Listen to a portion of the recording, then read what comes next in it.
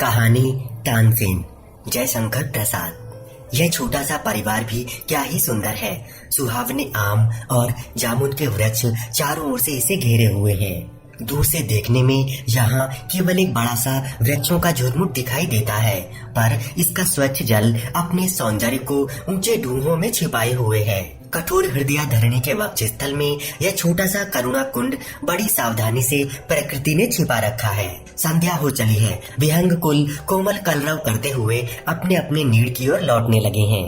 अंधकार अपना आगमन सूचित कराता हुआ वृक्षों के ऊंचे टहनियों के कोमल किसलयों को धुंधले रंग का बना रहा है, पर सूर्य की अंतिम किरणें अभी अपना स्थान नहीं छोड़ना चाहती हैं। वे हवा के झोंकों से हटाई जाने पर भी अंधकार के अधिकार का विरोध करती हुई सूर्य देव की उंगलियों की तरह हिल रही हैं।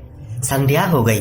कोकिल बोल उठा। एक सुंदर कोमल कंठ से निकली हुई रसीली तान ने उसे भी चुप कर दिया। मनोहर स्वर लहरी उस सरोवर तीर से उठकर तट के सब वृक्षों को गुंजरित करने लगी। मधुर मलयानिल ताड़ित जल लहरी उस स्वर के ताल पर नाचने लगी। हर एक पत्ता ताल देने लगा। अद्भुत आनंद का समावेश था। शांति का नैसर्गिक राज्य उस छोटी रमणीय भूमि में मानो जमकर बैठ गया था। यह आनंद कानन अपना मनोहर स्वरूप एक पथिक से छिपा न सका, क्योंकि वह प्यासा था। जल की उसे आवश्यकता थी। उसका घोड़ा जो बड़ी शीघ्रता से आ रहा था रुका और वह उतर पड़ा। पथिक बड़े वेग से अश्व से उतरा, पर वह भी स्तब्ध खड़ा हो गया, क्योंकि उसको भी उसी स्वर लहरी ने मंत्रमुग्ध फणी की तरह बना दिया। मृगयाशील पथिक क्लांत था। वृक्ष के किनारे खड़ा हो गया। थोड़ी देर तक अपने को भूल गया। जब स्वर लहरी ठहरी तब उसकी निद्रा भी टूटी। युवक सारे श्रम को भूल गया। उसके अंग में एक अद्भुत स्फूर्ति मालूम हुई। वह जहाँ से स्वर सुनाई पड़ता था उसी ओर चला। जाकर देखा, एक युवक खड़ा होकर उस अंधकार रंजित जल की ओर देख रहा है। पथिक ने उत्साह के साथ जाकर उस युवक के कंधे को पकड़कर हिलाया। युवक का ध्यान टूटा। उसने पलटकर देखा। पथिक का वेश भी सुंदर था। उसकी खड़ी मूछें उसके स्वाभाविक गर्व को तनकर जता रही थी। युवक को उसके इस असभ्य बर्ताव पर क्रोध तो आया, पर कुछ सोचकर वह चुप हो रहा। और इधर पथिक ने सरल स्वर से एक छोटा सा प्रश्न कर दिया, क्यों भाई, तुम्हारा नाम क्या है? युवक ने उत्तर दिया, राम प्रसाद। पथिक, यहाँ कहाँ रहते हो? अगर बाहर के रहने वाले हो तो चलो हमारे घर पर आज ठहरो। युवक कुछ न बोला, किंतु उसने एक स्वीकार सूचक इंगित किया।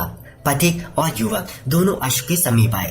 पथिक ने उसकी लगाम ले ली। दोनों पैदल ही सड़क की ओर बढ़े। दोनों एक विशाल दुर्ग के फाटक पर पहुंचे और उसमें प्रवेश किया। द्वार के रक्षकों ने उठकर आदर के साथ उस पथिक को अभिवादन किया। एक ने बढ़कर घोड़ा थाम लिया। अब दोनों ने बड़े दालानों और अमराइयों को पार करके एक छोटे से पाई बाग में प्रवेश किया।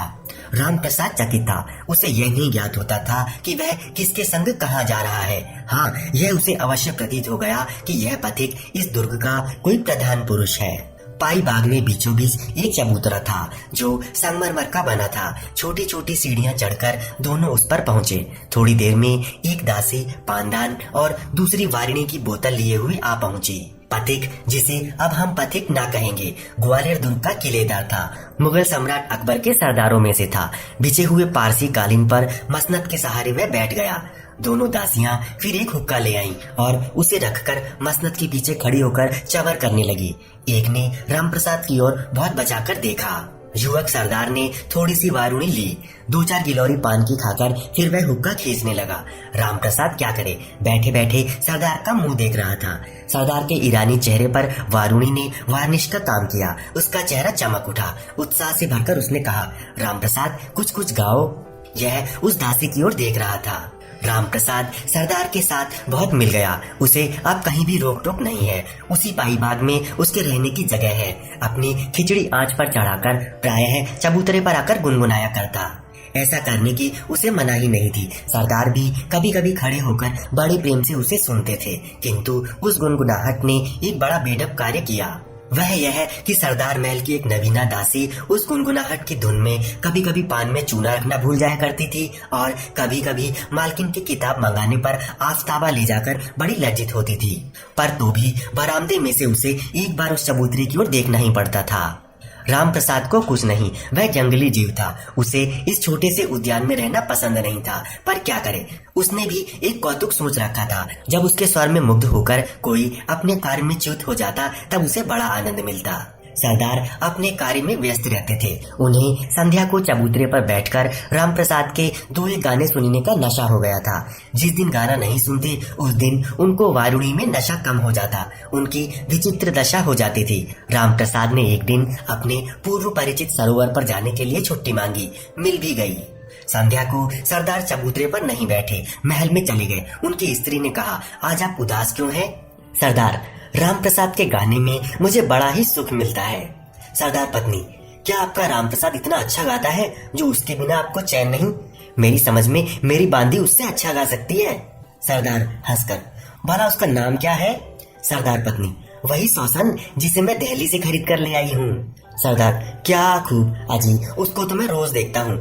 वह गाना जानती होती तो क्या मैं आज तक न सुन सकता? सरदार पत्नी, तो इसमें बहस की कोई जरूरत नहीं है, कल उसका और राम प्रसाद का सामना कराया जावे। सरदार, क्या हर्ज? आज उस छोटे से उद्यान में अच्छी संस्था है, साज लेकर दासियां बजा रही हैं। सौसन संकुचित होकर राम प्रसाद के सामने बैठी है। सरदार ने उसे गाने की आज्ञा दी। उसने गाना आरंभ किया। कहोरी जो कही बेटी होई, बिरह बिठा अंदर की वेदन, सो जाने जेहि होई। ऐसे कठिन भये पिय प्यारे, काहि सुनावो रोई। सूरदास सुख मुरि मनोहर लै, जुगियो मन गोही। कमनीय कामनी कंठ की प्रत्येक तान में ऐसी सुंदरता थी कि सुनने वाले बजाने वाले सब चित्र लिखे से हो गए। राम प्रसाद की विचित्र दशा थी, क्योंकि सौसन के स्वाभाविक भाव जो उसकी ओर देखकर होते थे उसे मुग्ध किए हुए थे। राम प्रसाद गायक था, किंतु रमणी सुलभ भ्रू भाव उसे नहीं आते थे। उसकी अंतरात्मा ने उससे धीरे से कहा, सर्वस्व हार चुका। सरदार ने कहा, राम प्रसाद तुम भी गाओ। वह भी एक अनिवार्य आकर्षण से इच्छा न रहने पर भी गाने लगा। हमारो हृदय कलिसहु जीत्यो, फटत न सखी अजहूं उही आशा। बरिस दिवस पर बीत्यो, हमहु समझ पर योनी के कर यह आशा तनु रीत्यो। सूर श्याम दासी सुख सोवहु भयं उभय मन चीत्यो। सौसन के चेहरे पर गाने का भाव एक बारगी अरुणिमा में प्रकट हो गया। राम प्रसाद ने ऐसे करुण स्वर से इस पद को गाया कि दोनों मुग्ध हो गए। सरदार ने देखा कि मेरी जीत हुई, प्रसन्न होकर बोल उठा, राम प्रसाद जो इच्छा हो मांग लो। यह सुनकर सरदार पत्नी के यहाँ से एक बांदी आई और सौसन से बोली, बेगम ने कहा है कि तुम्हें भी जो मांगना हो हमसे मांग लो। राम प्रसाद ने थोड़ी देर तक कुछ न कहा। जब दूसरी बार सरदार ने मांगने को कहा तब उसका चेहरा कुछ अस्वाभाविक सा हो उठा। वह विक्षिप्त स्वर से बोल उठा, यदि आप अपनी बात पर दृढ़ हों तो सौसन को मुझे दे दीजिए। उसी समय सौसन भी उस बांदी से बोली, बेगम साहिबा यदि कुछ मुझे देना चाहें तो अपने दासीपन से मुझे मुक्त कर दें। बांदी भीतर चली गई। सरदार चुप हो गए। बांदी फिर आई और बोली, बेगम ने तुम्हारी प्रार्थना स्वीकार की और यह हार दिया है। इतना कहकर उसने एक जड़ाऊ हार सौसन को पहना दिया। सरदार ने कहा, राम प्रसाद आज से तुम तानसेन हुए, यह सौसन भी तुम्हारी हुई, लेकिन धर्म से इसके साथ ब्याह करो। तानसेन ने कहा, आज से हमारा धर्म प्रेम है।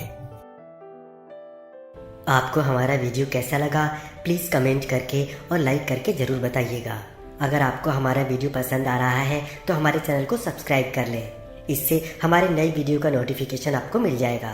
प्लीज़ आप हमारे वीडियो को शेयर भी करें।